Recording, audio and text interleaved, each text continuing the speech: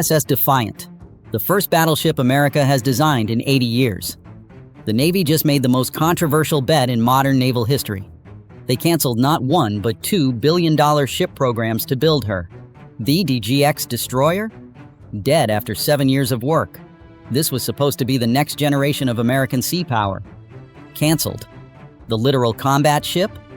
The Navy wanted 52 of them. They built over 30. Now they're retiring them after barely a decade. A complete failure. 2 massive programs. Billions of dollars. Both dead.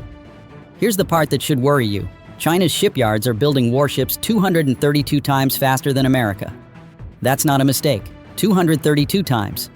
While we debate budgets, their shipyards are launching modern destroyers and frigates every single month. And the gap keeps widening. The Navy ran the numbers and realized something terrifying. At current production rates, we will never catch up. Ever. We could double our shipbuilding budget, triple it, and we'd still fall behind because we don't have the shipyard capacity to build ships at the pace China does. So they made a choice. Stop trying to match China's numbers. Build something so powerful that their numerical advantage doesn't matter. USS Defiant, 40,000 tons. 3 times heavier than any destroyer. Hypersonic missiles that can strike anywhere on Earth in under an hour. Electromagnetic railguns firing projectiles at 7 times the speed of sound. Laser weapons that burn through missiles for $1 per shot, instead of $4 million for conventional interceptors. But here's the real story. She carries one weapons system that's never been on a surface ship in over 30 years. A system that forces China to make a 10-minute decision that could start World War III. This is the concept of strategic ambiguity. A doctrine designed not to start wars, but to prevent them through fear. We're about to show you exactly why this changes everything.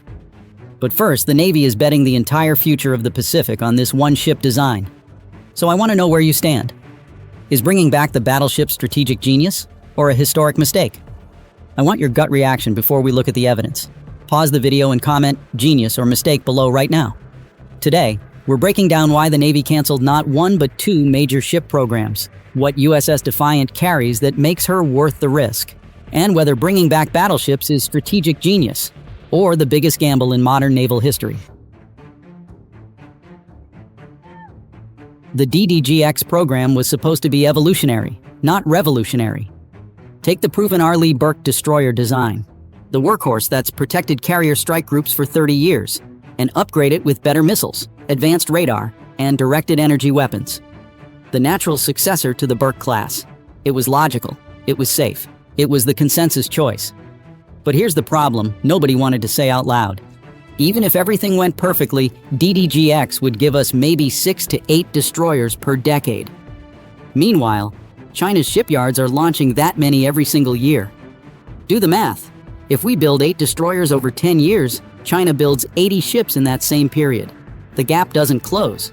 It widens. You can't be in 20 places at once when your opponent has 20 ships and you have 2. And then there was the littoral combat ship program. The LCS was supposed to solve a different problem. After decades of building large, expensive blue water warships, the Navy wanted affordable ships that could operate close to shore. Fast attack craft for submarine hunting, mine clearing, and special operations in coastal environments. The concept made sense. The execution did not. The Navy built 2 entirely different LCS designs, which immediately doubled the logistics burden. The ships suffered chronic mechanical problems. Their modular mission packages never achieved the promised capability. Crews struggled to maintain them. Operating costs exploded. The Navy built over 30 littoral combat ships. They wanted 52 total. Instead, they're already retiring the oldest ones after barely a decade of service. Ships that cost hundreds of millions of dollars each, heading to the scrapyard because they can't perform their mission reliably. 2 major ship programs, one canceled before it was even built. One being retired early because it doesn't work. Together, they represent billions of dollars and years of effort that failed to deliver the fleet the Navy needed. This is the brutal reality that faced naval planners. American shipbuilding is in crisis. We can't build ships fast enough to match China. The medium-sized, affordable ships we tried to build didn't work. And the next-generation destroyers we planned would take too long and cost too much. Something had to change. Not incrementally, radically. The USS Defiant will be the largest deadliest and Enter Navy Secretary John Phelan, with a philosophy that upends 70 years of American naval doctrine. He calls it killing the archer instead of the arrows. For decades, U.S. Navy ships have been optimized for defense. Shoot down incoming missiles, protect the carrier, intercept ballistic missiles. Every system, every weapon, every operational concept focused on catching the arrows China fires at us. Phelan looked at that strategy and saw a death spiral. Modern anti-ship missiles cost maybe $2 million each. The interceptor missiles we use to shoot them down cost $4 million. China can build 10 offensive missiles for every defensive interceptor we manufacture. They fire salvos of 50 missiles at a destroyer carrying 90 interceptors. Eventually, the math runs out. The defender always loses a war of attrition when the attacker has infinite cheap arrows, and you're burning expensive interceptors. Phelan's answer flips the entire calculation. Don't catch the arrows, kill the people shooting them. Build ships capable of striking deep into enemy territory before they even launch their missiles. Make the enemy play defense instead of forcing American ships into purely defensive roles. This is where the battleship concept emerges. Not as nostalgic throwback, but as a completely new weapons platform designed around offensive firepower that no destroyer-sized hull could possibly carry. USS Defiant becomes what the Navy calls a quarterback. She doesn't fight alone. She commands the battlefield. She coordinates swarms of unmanned vessels and directs long-range strike missions while smaller ships handle point defense. It's a complete inversion of traditional roles. The biggest ship becomes the offensive hammer. Smaller vessels become the defensive shield. And the entire fleet structure reorganizes around concentrated striking power instead of distributed defense. This philosophical shift drives everything else. If your goal is to catch arrows, you need lots of ships with good radar spread across the ocean. If your goal is to kill archers, you need a few ships with enough firepower to destroy launch sites hundreds of miles inland. The mission defines the platform. So what exactly is USS Defiant?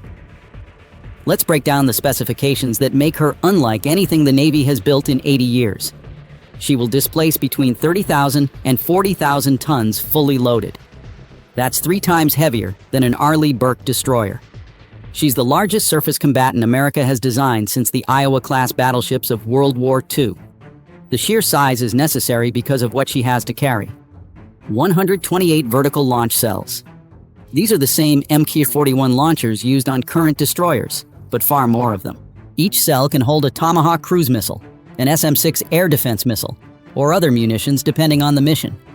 That's 32 more cells than DDGX was going to carry. But here's where it gets interesting. 12 dedicated launch tubes for hypersonic missiles. These are conventional prompt strike weapons that can hit targets anywhere on Earth in under an hour, flying too fast for any current defense system to intercept. These missiles are too large for standard vertical launch cells, so they need dedicated tubes built into the hull.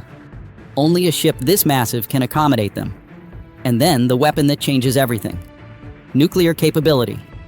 For the first time in over 30 years, the Navy is designing a surface ship that can carry tactical nuclear weapons. These aren't city-killing warheads. These are sea-launched cruise missiles with variable yield nuclear tips, designed to give commanders flexible deterrent options. Here's the key. USS Defiant doesn't have to carry nuclear weapons on every deployment. She just has to be capable of carrying them. The enemy can never know for certain whether she's loaded with conventional missiles or nuclear-armed cruise missiles. That uncertainty is the weapon. Think about the nightmare scenario. If USS Defiant fires a cruise missile at a Chinese naval base, how does Beijing know if that missile carries conventional explosive or a nuclear warhead? They have maybe 10 minutes to decide. Do they assume it's conventional and take the hit? Or do they assume it's nuclear and launch their own nukes in response? This is strategic ambiguity at its most powerful. In peacetime operations, the ship carries conventional weapons and operates like any other warship. But during crisis situations, she can be uploaded with nuclear cruise missiles. The enemy knows she has the capability. They know she could be carrying them right now. They just don't know if she is. That uncertainty changes every calculation. It makes the enemy hesitate. It forces them to plan for the worst-case scenario even during routine operations. But it also means accidents could spiral catastrophically if communication breaks down during a crisis. The ship will also mount electromagnetic railguns that fire projectiles at 7 times the speed of sound using pure electrical energy instead of gunpowder. And directed energy weapons, laser systems with 600 kilowatts of power, capable of burning through drones and cruise missiles at the speed of light, for less than $1 per shot. This is the technology bet. Only a ship this large can generate enough electrical power from its nuclear reactors to run lasers, railguns, advanced radar systems, and still have capacity left over for future weapons we haven't even invented yet. Think about that for a second. One ship carrying hypersonic missiles, nuclear weapons, electromagnetic guns, and laser systems. This isn't just a warship. It's a mobile strike platform that can threaten an entire coastline from international waters. If you're proud of American naval power making bold moves like this, type "proud" in the comments below.